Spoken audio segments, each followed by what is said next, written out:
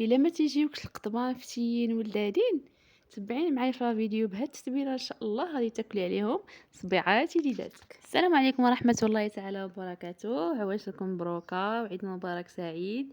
اليوم ان شاء الله فيديو جديد بغيت نشارك معكم القطيبات. التتبيله ديال القطيبات كتجي زوينه كما كتشوفوا. عندنا واحد الكميه ديال اللحم او البروشيت.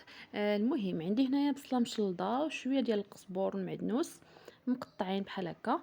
كرميهم على ديك القطيبات ديالنا. كنزيدو معلقه صغيره ديال القزبور مطحون، وكنزيدو معلقه صغيره ديال الفلفل الاسود او الابزار، ومعلقه جوج معلقات طبعا ديال الفلفل الاحمر اللي هي التحميره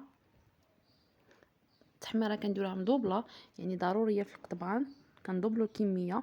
معلقه صغيره ديال الكمون، معلقه صغيره ديال سكينجبير عفوا، ومعلقه صغيره ديال الخرقوم البلدي،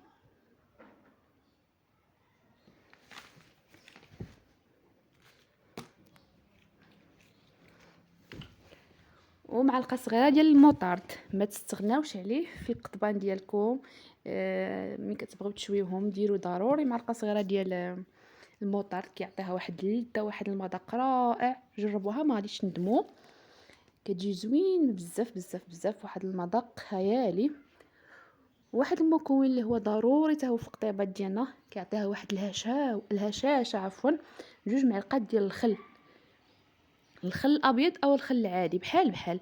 هذه قلت لكم ضروري، هذا هو المكون اللي كيعطيها واحد الهشاشه زوينه في القطبان ديالنا، وكتجي فتيه. وعندي هنا النعناع، شي ورقه النعناع قطعوهم وزيدوهم حتى هما كيعطيو واحد اللذه واحد المذاق زوين بزاف.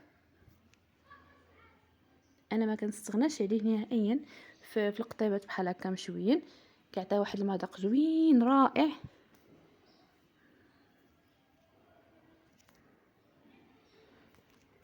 صافي هنايا من بعد ما شمرتو بهاد المكونات هادي غادي نغطيه وغادي نحشيه في الثلاجه ليله كامله، او الا كنتم مزروبين به خليوه على الاقل 3 ديال السوايع باش يتشرب لنا ديك العطريه. ومن بعد ان شاء الله عاد كنزيدو الزيت والملحه. هنايا من بعد ما خليته انا ليله كامله، ضروري كنخدمو بالليل وكنخليه ليله كامله في الثلاجه. دابا عاد كنزيد شويه ديال الملحه وشويه ديال الزيت. علاش ما كنديروش الزيت في الاول؟ لحق الزيت ما كتخليناش اللحم تشرب ديك العطريه هذيك نهائيا. كنديروا هنا 2 معالق ديال الزيت النباتيه و2 معالق ديال زيت العود وشويه ديال الملحه. وطبعا الا كانت عندكم كميه ديال اللحم كثيره دوبلوا المقادير. صافي هنا غادي نشرم مزيان مزيان، وديك الساعه غادي نعمرو في القطيبات ديالي وغادي نشويه. غادي نشويه انا على المجمر، يعني على الفاخر، ما غاديش ندير شويه ديال الضو. كما كتعرفوا المجمر كيعطيه واحد التزوينه. ومنين غادي نديرو في القطيبات ديالي غنعمروه، غادي نزيد شويه ديال الزعتر مطحون، حتى هو كيعطيه واحد المذاق واحد اللذه غزاله حتى تساليو. هو ما كديروش في الاول مع المكونات الاولى حتى كنعمرو في القطيبات، عاد كندردروا عليه. صافي دابا غادي نعمرو في القطيبات ديالي.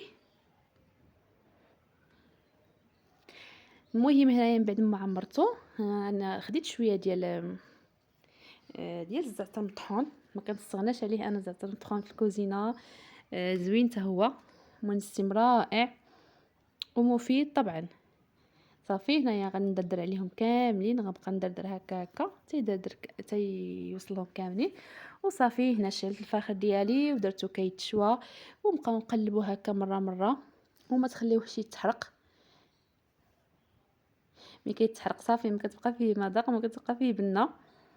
وملي تكونوا كتقطعوا اللحم ديالكم ضروري ما ديروهمش صغار ما ديروهمش كبار. اذا درتوهم صغيورين راه كتعرفوا اللحم دغيا كتجمع، اذا درتوهم صغيورين غادي يتحرقوا لكم.